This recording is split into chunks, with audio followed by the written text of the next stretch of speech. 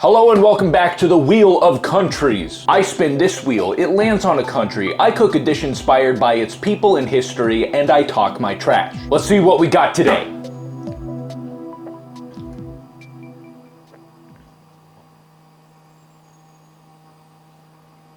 Malta! I've heard of that country before. Alright, I'm gonna go do some research and I will be right back to cook some food.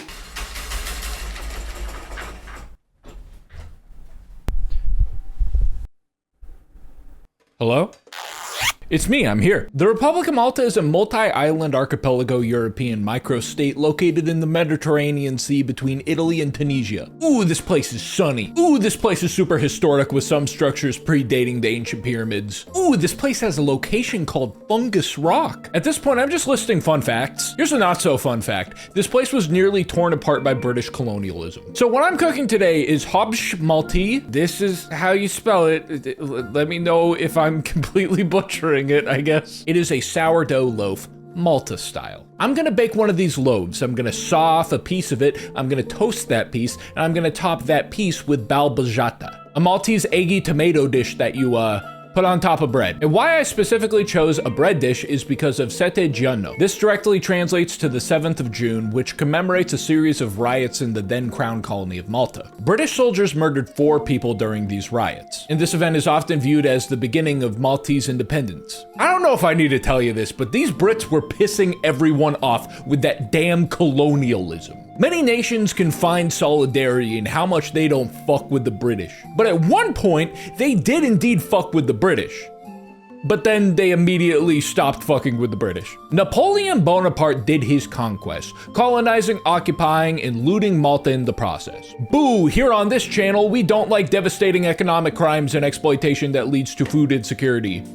But the French did abolish slavery, feudalism, and introduce concepts of republicanism in the process, so I can't lie, the French were kinda cooking with a little bit of it. But nevertheless, the Maltese people did not like being robbed and going hungry, so they staged an uprising that resulted in tens of thousands of deaths within a period of 2 years. Things were not going well for the Maltese, so the church and the Maltese nobility asked the British for help. And what they traded for driving the French away was the entire country. They essentially gave Malta to the crown and gave up any dream of nationhood, and the crown didn't even restore the lost wealth that they promised that they would return. Thus, this archipelago became the crown colony of the island of Malta and its dependencies. Doesn't really roll off the tongue that well, in my humble opinion. Yeah, the Maltese got screwed over, and that is certainly not the end of it. Jump to the aftermath of World War I. By this time, Malta had essentially transformed into an imperial military outpost for the British. Because of the way things were set up, the volatility from the ebbs and flows of wartime and military activity resulted in a rise in the cost of living, specifically for your everyday working class Maltese, with a lot of businesses and merchants benefiting from these conditions. There was poverty, illness, inflation, unemployment following demobilization of troops, civil unrest, and expensive bread. And as we all know, bread scarcity has never resulted in anything bad before. No reason to look into that statement. One figure really got the ball rolling in the fight for Maltese independence, and that's Manuel Dimech. Dimech? I hope that it's Dimech and I'm pronouncing this right. If it's not, I am sorry to this man. This guy is the Maltese socialist icon. He was all about educating the poor and underprivileged.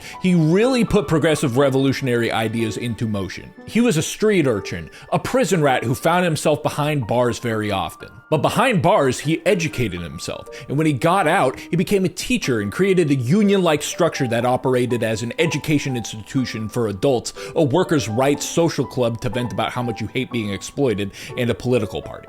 Fans of this show should know that organizing workers' rights and being cool and swaggy like that will get you deported and thrown into a prison camp. And that's exactly what happened. They got his ass for spreading anti-clerical and socialist ideas to dock workers and sent him to Egypt, where he died in a camp. However, his ideas did not die. Manuel's buddies, pupils, and political followers staged the very first strike on record in the royal shipyards. All right, let's talk bread. Let's talk about bread. Let's talk about the bread these people were eating. It sucked. People resorted to adding ingredients like potato and rice into their breads, which affected the rising and made people sick. Why not just use all wheat flour? Why you gotta throw vegetables in there? Because of tariffs and monopolies. Imported flour was expensive due to these taxes. This was a huge source of of income for the British. So in theory, the Maltese flour milling industry would benefit, and so would the people. Turns out the industry was run by a monopoly. Four families ran all of the wheat mills. They benefited from these devastating conditions while the poor resorted to making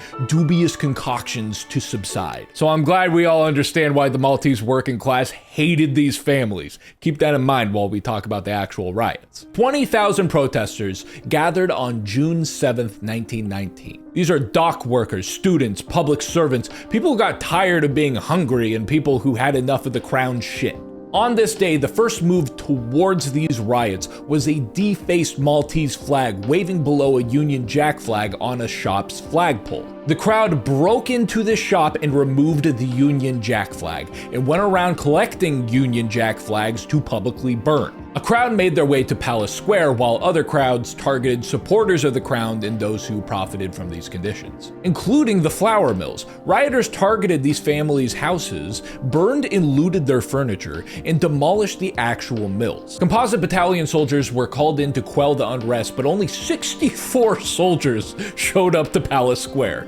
64 soldiers up against thousands of pissed off protesters. The soldiers opened fire, killing 4 people, injuring multiple, 2 of which succumbed to their injuries later. The names of the 4 people who immediately died have been etched into a monument. In the days following these events, flour mills and trading houses were still raided by angry protesters. During some time of political censorship, liberal concessions were recommended. In 1921, the Amory-Milner Constitution was proclaimed shortly after releasing political censorship. Sette Giugno is now recognized as a national holiday of the now independent Republic of Malta. But did it work? Did the Maltese get some goddamn bread? People died. They formed a national holiday over these riots, so I'd hope so. The answer you're looking for is yes. Lord Herbert Palmer became governor and said, "What are you, crazy? These people are just rioting. We need to give these people some bread." He immediately addressed bread prices by blasting out economic policy to lower the cost of bread within days of taking office, and aimed to further address the cost of living crisis, because it turns out that's a festering source of civil unrest. Who'da thunk?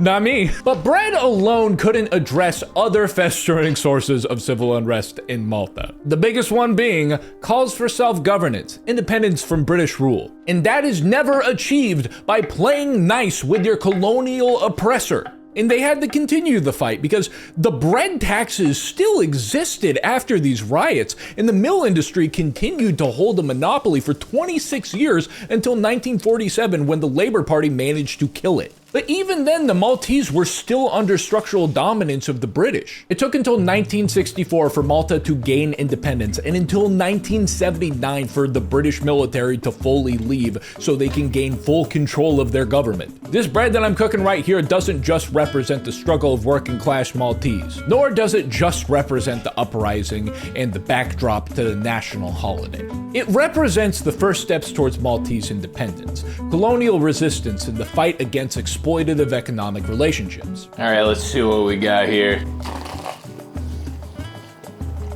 Like shakshuka's scrambled egg cousin. That is delightful. Anyways, that's about all I got planned for today. I have patrons. Show them to me. Have a wonderful day, and I'll see you very soon.